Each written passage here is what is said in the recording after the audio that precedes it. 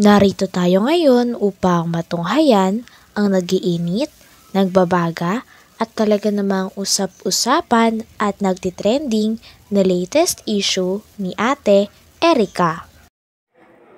Sa pagpapatuloy ay narito muli si Kalingap Val Santos Matubang upang pag-usapan ang issue sa pagitan ni Ate Erika at ng kanyang pamilya, lalong-lalo na sa kanyang lolo na si Lolo Miguel.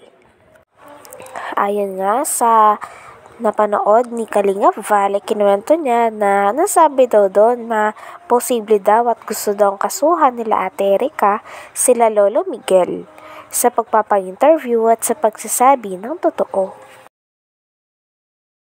At sa lahat po ng mga nakatune in ngayon kay Helen Zical, RJC, Isla Bonita, Lia Candao, Carmi Oficial.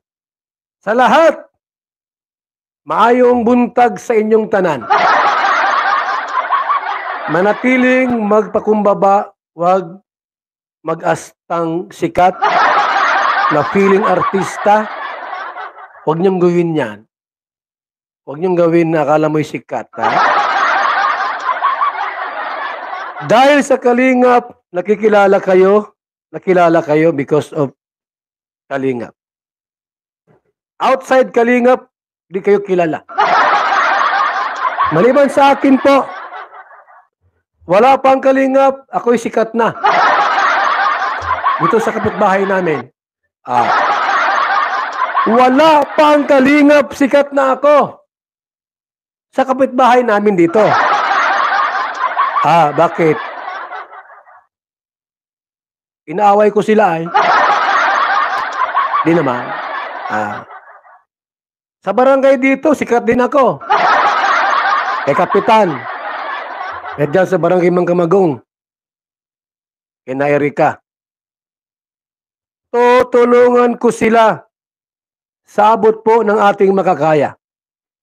Dito po sa video ni Bupil Vlog ay binanggit din po ni Ate Gina na si Lolo Miguel kakasuhan din nila. Hindi pala. Isumbong kay Tulpo. Huwag ka na kay Tulpo. Mga matanda na yon. Yung panganay, 80 na edad. Si Rapi, 60 plus na ata ito na. Mga 70 na. Dito na po kayo kay Val Santos Matubang. Kung may reklamo kayo sa inyong kapitan, barangay, mga pulis, mga politika, bukas ang aking kamay para tanggapin kayo. Libreng serbisyo. Ano mang problema ninyo? Problema sa asawa? Bahala kayo. Problema sa kwarta? Bahala kayo. Dito nga ay sinasabi ni Kalingap Val na palagi siyang nandyan bilang lingkod nila kapag may mga away tungkol dito sa mga lupa at hindi pagkakaintindihan ay pwede rin talaga lumapit kay Kalingap Val. Kaya naman ready nga siyang solusyonan ang away ni Ate Erika at sa pagitan ng kanyang buong pamilya at lolo't lola na nag-alaga at nagpalaki sa kanya.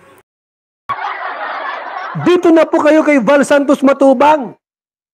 Kung may reklamo kayo sa inyong kapitan, barangay, mga pulis, mga politika, bukas ang aking kamay para tanggapin kayo. Libreng serbisyo. Ano mang problema ninyo? Problema sa asawa? Bahala kayo. Problema sa kwarta? Bahala kayo. Ang problema po sa tungkol sa ganyang awayan, lupa, nandito po ang inyong abang lingkod, Val Santos Matubang. Ate Gina, hintay mo ako dyan at pupuntahan kita, magbihis ka, maligo, magpabango.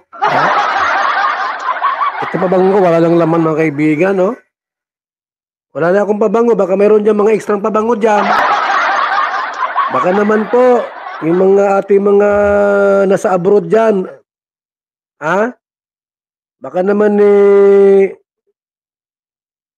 may pabango kayo diyang sobra-sobra. Wala na akong pabango mga kaibigan. Naubos na yung pabango ko.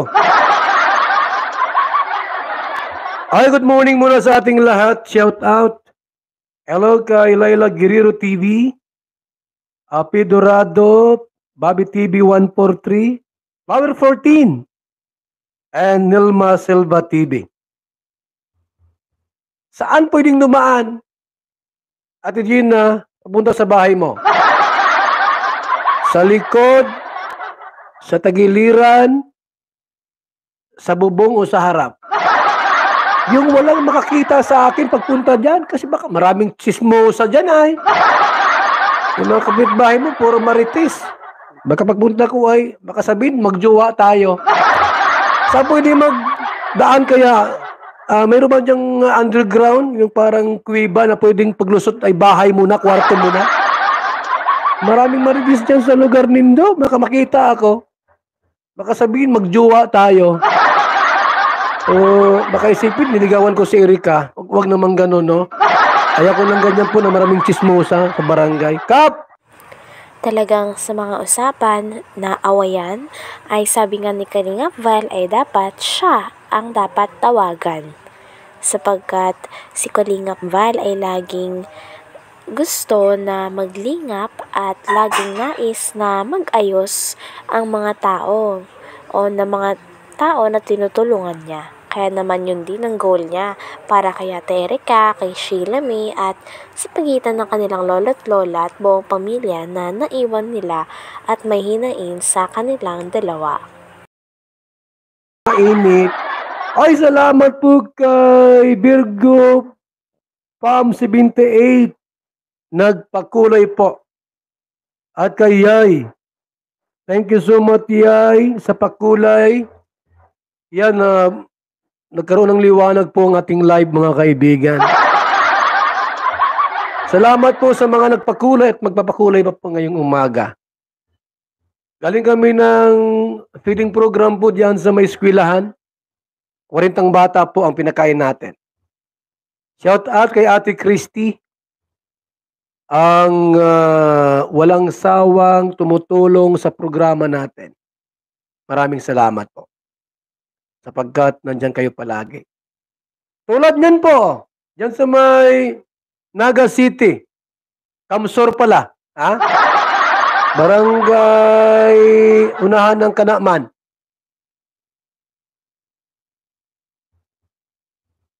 Kawawang pamilya po, tinulungan po natin. Sobrang kawawa po. Yung ina, ang trabaho po ay maggagawa ng pawid. Piso isa. Isang pawid. Piso ang isa. Kasi hindi man yun sa kanya. Nakikiano lang siya. Nakikitrabaho lang. 100 pawid, 100 piso. Kaya sabi sa akin kahapon, sabi ko, Nay, nakailang, nakamagkano na po kayong kita? Wala pang 50, Kuya Bal. Ganon kahirap ang kanilang sitwasyon. Tutulong tayo sa abot ng ating makakaya. Tutulungan po natin sila. Sapagkat sila po ay mga karapat-dapat tulungan. Tulad ni Gina, ay ni Erika.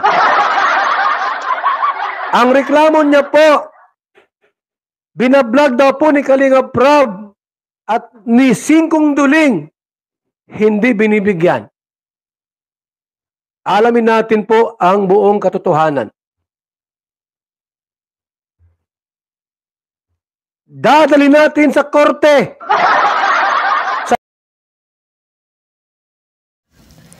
Hanggang dito na lamang muna ang ating nag-iinit, nagbabaga, pinag-uusapan at talaga namang nagtitrending na latest issue ni Ate Erika. Maraming salamat sa inyong panunood. Hanggang sa muli. Bye!